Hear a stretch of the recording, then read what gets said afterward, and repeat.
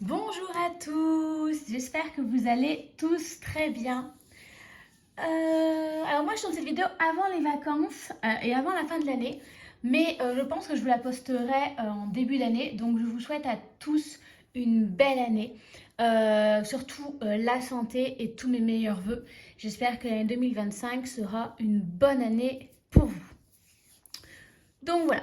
Alors, dit début d'année, dit bonne résolution et dit donc partir aussi sur des bonnes résolutions financières pour essayer de pouvoir mener à bien tous ces petits projets. Donc vous avez vu, j'imagine, la vidéo prévisionnelle pour l'année 2025. Moi, elle est juste derrière, je l'ai tournée aujourd'hui. Et oui, je fais tout avant de partir en vacances. Comme ça, je pars l'esprit serein et sans cette charge mentale. Et du coup, après avoir fait ça, il est temps de commencer à établir son budget de l'année 2025. Et je propose de le faire avec vous, comme d'habitude. J'ai mes petits stylos. Il va manquer mon stylo noir que j'ai mis juste là. Et on est parti. Alors, pour commencer son budget, on commence toujours par les revenus. Donc, moi, je pars sur 2200 euros. J'ai déjà reçu mon salaire du mois de janvier. Oui, parce que comme je suis enseignante dans la fonction publique, on est payé, je crois, le 20 décembre. On les reçoit très en avance. Du coup, ce que j'ai fait, j'ai retiré cette somme-là. Et le 1er décembre, le 1er janvier, pardon, il faut que je m'y habitue, elle sera virée sur mon compte bancaire. Comme ça, au moins, je repartirai vraiment sur des bonnes bases. Et si jamais il y a des dépenses jusque-là, au moins, ça restera sur le budget 2024 et je ne commencerai pas à empiéter le budget 2025.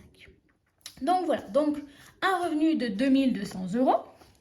Au niveau des crédits et des dettes. Alors il y a tout ce qui est, en fait c'est tout avec mobilier. Il y a 7 euros de crédit du taux du prêt à taux zéro. Il y a, attendez, j'ai fait tellement de trucs ce matin que je ne me souviens plus. 700 euros pour le reste du crédit, plus 15 euros d'assurance du crédit. Donc sur ça, on est à 722 pour le prêt de la maison. Il y a également le terrassement. Et là, on est sur 200 euros. J'ai souscrit un crédit pour pouvoir faire le terrassement de ma maison. C'était plus que nécessaire. Tout n'est pas encore passé parce que malheureusement, le temps a fait que l'entrepreneur, l'artisan n'a pas pu faire le crépi du mur qu'il m'avait fait. Parce que un coup il fait trop chaud, un coup il pleut trop. Mais voilà, normalement, en tout cas, au maximum, c'est même pas 200 euros. Mais voilà, je mets toujours plus. Comme ça, on va dire que, imaginons, il y a des frais supplémentaires ou des choses comme ça, il y a un peu d'argent de côté. Voilà, tout ça, ça fait un total de crédit d'aide de 922 euros. Alors oui, je sais, je suis endettée à plus de 33%, en effet. Mais ça passe. En vrai, je ne gagne pas 2200 euros par mois. Je gagne plus, mais moi, je pars sur 2200 euros parce que dans le salaire que je touche, il y a le pacte que je fais cette année. Il y a une revalorisation et surtout, il y a la prime de directeur. Malheureusement, je suis dans l'académie du Cantal et je suis dans une toute petite école. On est sur 2 classes avec un RPI, 3 classes, c'est assez compliqué. Et malheureusement, les effectifs ne sont pas bons dans le Cantal. On est déjà à triple, moi je suis à triple niveau et je n'ai que 14 élèves. Ma collègue n'en a que 11 et en maternelle, il n'y en a que 10. Donc vous imaginez bien qu'avec ce contexte et le contexte actuel, il se peut qu'un jour je perde un poste. En tant que directrice, je reste, mais du coup, moins de postes, moins de primes de direction. Ou il se peut tout simplement que mon école change ou décide de changer pour un poste en direction. Donc en fait, voilà, au niveau de mon salaire, je pars sur un salaire sans la prime de direction. Et je n'ai pas compté la revalorisation de ces 2 dernières années, je pense, parce qu'en fait, en étant directrice, je ne suis pas trop sûre de quelle est la partie revalorisation de mon salaire grâce à mon ancienneté ou à ma prime de direction. Donc voilà, je pense, en ayant parlé avec des collègues qui sont avec la même ancienneté que moi et qui ne sont pas directrices, c'est à peu près le salaire qu'on doit toucher. Donc voilà, moi c'est ce que je me suis mis minimum en disant, si un jour je viens à changer d'école ou quoi que ce soit, au moins je ne serai pas perturbée par le mois en me disant en fait j'ai une perte de salaire. Voilà, parce que malheureusement il se peut que ça arrive. Donc voilà, j'ai décidé de faire ce choix-là. Bon après je vais être honnête avec vous, depuis que je n'ai pas fait mon budget depuis septembre, le plus est quand même utilisé pour des dépenses exorbitantes et pas forcément utiles, ou tout simplement pour l'accompagnement diététique que je fais. Imaginons que l'année prochaine, un poste ferme et je n'ai plus cette prime de direction, et bien tout simplement, je ne ferai plus le suivi diététique que je fais. Voilà. Alors ensuite, je calcule déjà combien ça à partir de là. Donc si je prends mes revenus moins mes crédits, il me reste 1270 euros. En vrai, il me reste 1278. Mais honnêtement, les 8 euros, je vais m'amuser à les partager en... Oh, peut-être que si, faudrait que je le fasse. Je vais dire une bêtise. Si, on va les faire parce que... Vous allez voir, non. J'ai rien dit parce qu'après, effectivement, j'avais oublié, il y a les dépenses automatiques et pas tout de suite les enveloppes. Alors, nous commençons par les dépenses automatiques. Je n'ai plus ma maman anti-sèche. Hop. Et après, il y aura les épargnes, en essayant de faire le plus possible de ce que j'avais prévu. Et ensuite, les enveloppes. Donc, on verra. Alors, au niveau des dépenses automatiques, je ne sais pas ce que j'ai fait de mon anti-sèche. Elle est là. Si je tourne les pages à chaque fois. Alors, nous avons dépenses automatiques. Nous avons NJ de 100 euros. Non, je ne sais pas comme ça. Il faut que je mette à jour mon papier en fait, tout simplement. Nous avons Bouygues. Donc, qui me prend le forfait Internet de 40 euros et 10 euros de forfait de téléphone.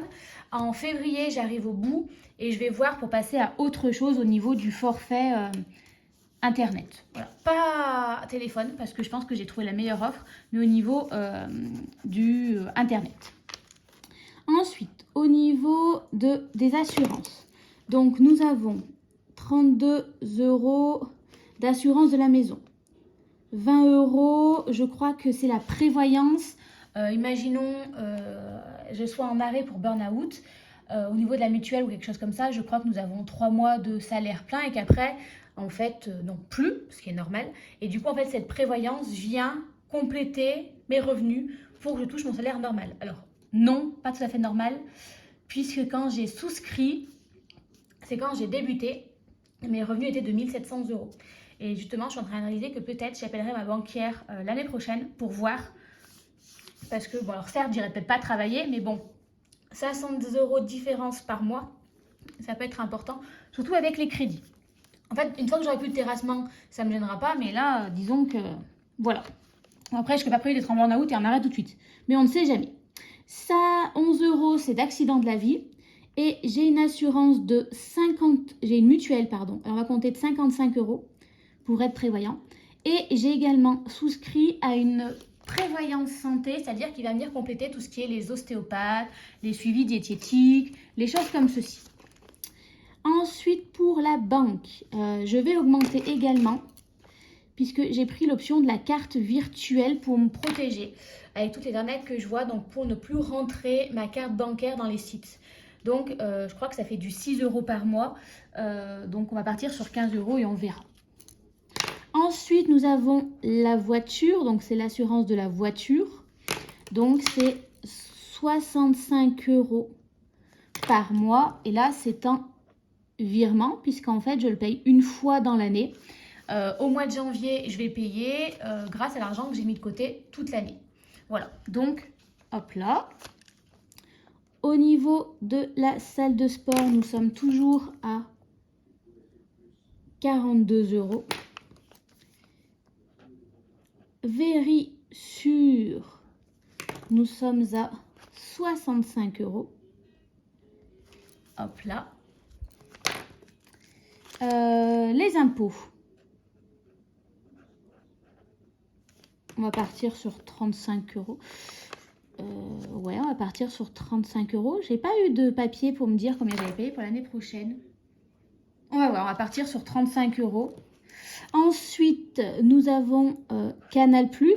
Donc là, c'est 10 € et c'est en retrait, puisque toujours pareil, en fait nous avons un compte Canal+ avec toute ma famille. Là c'est mes parents qui payent, donc moi en fait on a fait le calcul, on a divisé par 10 et je leur dois 10 € par mois. La prochaine fois ça risque d'être moi qui vais prendre Canal+, tout simplement parce que en fait dans la box là je ne regarde plus la télé avec le décodeur, donc en fait je compte changer de box pour prendre juste internet et en fait prendre Canal+ et avoir Canal+ par internet tout le temps, et voilà, ne plus avoir besoin de, voilà, voir si c'est rentable ou pas. Mais enfin, de toute façon on partagera toujours puisque ma famille y aura toujours accès. Ensuite on a tout ce qui est assurance vie, donc j'en ai 2, ne me demandez pas pourquoi, peut-être que je fasse un petit point. Et 30 €, j'en ai un au Crédit Mutuel, un à la Maïf. Moi je suis trop bonne cliente. J'ai l'application Plum, comme vous le savez, depuis pas longtemps, mais je trouve ça vraiment rentable.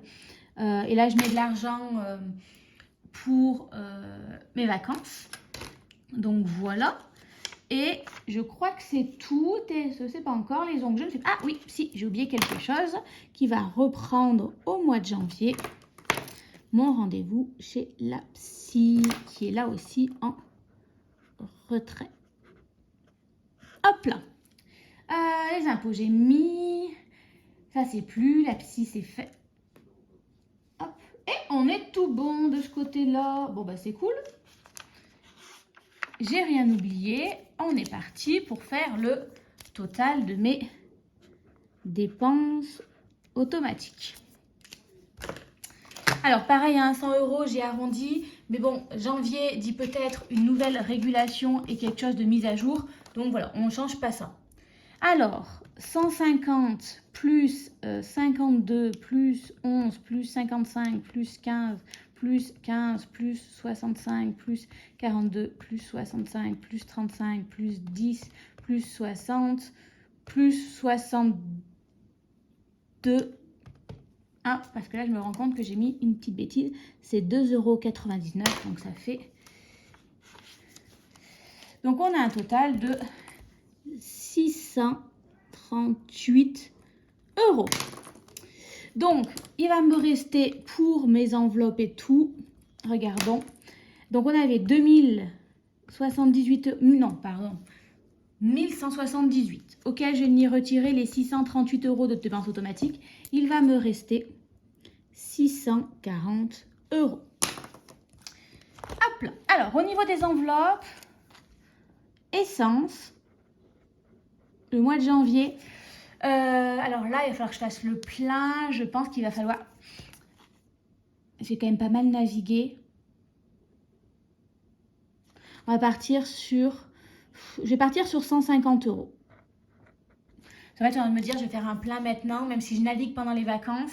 Le mois de janvier, c'est la semaine prochaine. Donc, en fait, je pensais faire plus. Mais en fait, en 150 €, ça devrait le faire. Moins 150. Et après, en alimentation, je veux faire... Donc, ça, c'est en virtuel. Hein, je ne retire pas les 150 €. Et je vais mettre 100 € en bon d'achat, parce que je passe avec eBay Club, comme ça me fait gagner de l'argent dans ma petite cagnotte. Et je vais essayer avec, comment ça s'appelle déjà, rappelez-moi, avec Leclerc. Alors je vais mettre que 20 € pour voir, parce qu'il marque qu'il faut avoir un comité d'entreprise ou je ne sais quoi. J'en ai pas, mais j'en vois certains qui l'utilisent et qui n'ont pas forcément que une entreprise. Donc je vais essayer. Mais je ne vais pas commencer par faire un bon d'achat de 100 €. On va commencer par un bon d'achat de 20 € et si ça marche, bah écoutez, voilà. Parce que mine de rien, il y a des choses quand même beaucoup moins chères à Leclerc. Donc on va essayer de basculer, enfin de faire Leclerc et Carrefour. Tout simplement. Alors on avait 640 moins les 150 moins 100 €. Il me reste 390 €. Alors au niveau des épargnes, nous avons le fonds de secours. Nous avons anniversaire. Nous avons Noël. Nous avons... Attendez, il faut que je me souvienne, je ne me souviens plus. On va dire beauté pour le coiffeur. Nous avons eau. Nous avons shopping. Qu'est-ce que j'ai d'autre? Attendez, il faut que je regarde. Je pense que j'ai oublié de faire. Oui. Taxe. Voilà, excusez-moi, il faut que je tourne, il faut que je regarde ce que j'ai prévu comme provision parce que je ne me souviens plus. Les sorties... Ah oui, vacances. J'ai mis vacances? Non. Alors, j'ai mis anniversaire, je l'ai mis. Taxe, je l'ai mis. Eau, je l'ai mis. Sortie. Non, je vais faire différemment. D'hiver.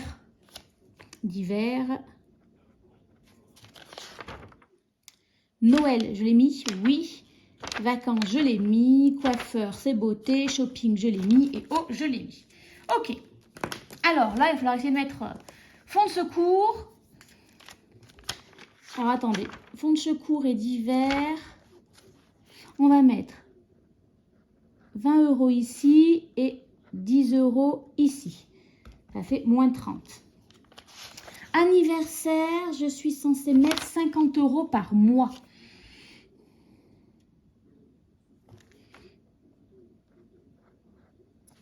Moins 50 €.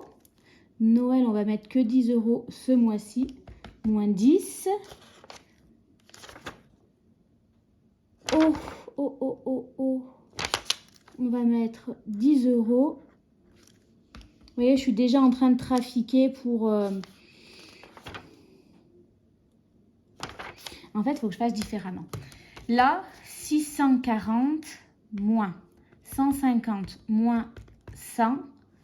Et j'aimerais me laisser 150 € ici. 150. Il me reste 240. Autre. 150 € pour le mois de janvier. Je me dis que c'est pas mal. Le mois de janvier, en principe, c'est le mois où on dépense pas énormément. Normalement. Alors, attendez, je me suis perdue moi. Donc, 640 moins 150 moins 150 moins 100, il me reste 240. Moins les 20 €. Moins les 60. Moins 20, il me reste 140 €. Ok. Excusez-moi, je regarde. Coiffeur et shopping. 30 et 50 €. Ça fait un peu beaucoup, 30 et 50 €. 20 € et là on va mettre 30, donc moins 50 €. Les taxes, taxes.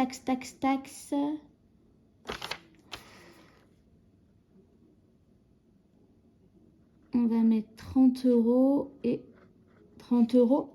Alors, 70, 80,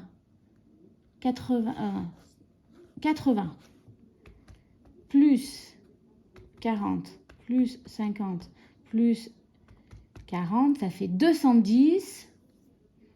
210 plus 150 plus 100 plus 150, il me reste 30 €. 30 €, 30 €. On va mettre 10 € de plus dans Noël, 10 € de plus dans les eaux et 10 € de plus dans les taxes. Voilà, donc j'ai un petit peu modifié, tout compte fait, je vais mettre 20 € dans le fonds de secours, 50 € dans anniversaire, 20 € dans Noël, 30 € dans beauté, 20 € dans l'eau, 20 € dans shopping, taxes 40 €, les vacances 30 € et d'hiver 10 €. Donc là, si je vérifie, là j'ai 400 plus 40, 80, 100, plus 100. Plus, là, ça fait 50. Et 50, ça fait 140. Ça fait bien 640. Donc, j'ai bien tout partagé. On va essayer comme ça. Hop. Bon, par contre, on n'y voit plus rien parce que j'ai mal préparé. Mais voilà. Je vais essayer de faire comme ça ce mois-ci. Donc, essence, alimentation, je le garde. Ah, si, j'ai oublié. Santé. Santé. On part toujours sur une trentaine d'euros, donc il me restera 120 €. Donc dans les enveloppes, je pars obligatoirement sur essence, alimentation et santé, parce que je trouve que c'est les choses sur lesquelles il ne faut pas lésigner. Enfin, j'ai besoin de ma voiture pour me déplacer tous les jours. L'alimentation, il faut quand même se nourrir. Et santé, voilà, la santé, ce n'est pas à négliger. Et après, j'ai un budget de 120 €. Je ne le répartis pas. Comme d'habitude, je le mettrai dans une enveloppe. Et ce qui est en plus, ça ira en épargne. Ce qui est dépensé sera dépensé. Et tout le reste, ça ira dans les épargnes. Alors, je voulais compter combien j'ai mis dans les épargnes. Donc, si on fait 640 moins 300, 400, on a donc 240 € d'épargne. On attaque bien le mois de janvier. Alors, ça va que c'est le mois de janvier et qu'en principe, après les fêtes et tout, on est moins tenté à la consommation, mais je me dis que quand même, je ne pourrais peut-être pas faire ça tous les mois. Alors, on va retirer du coup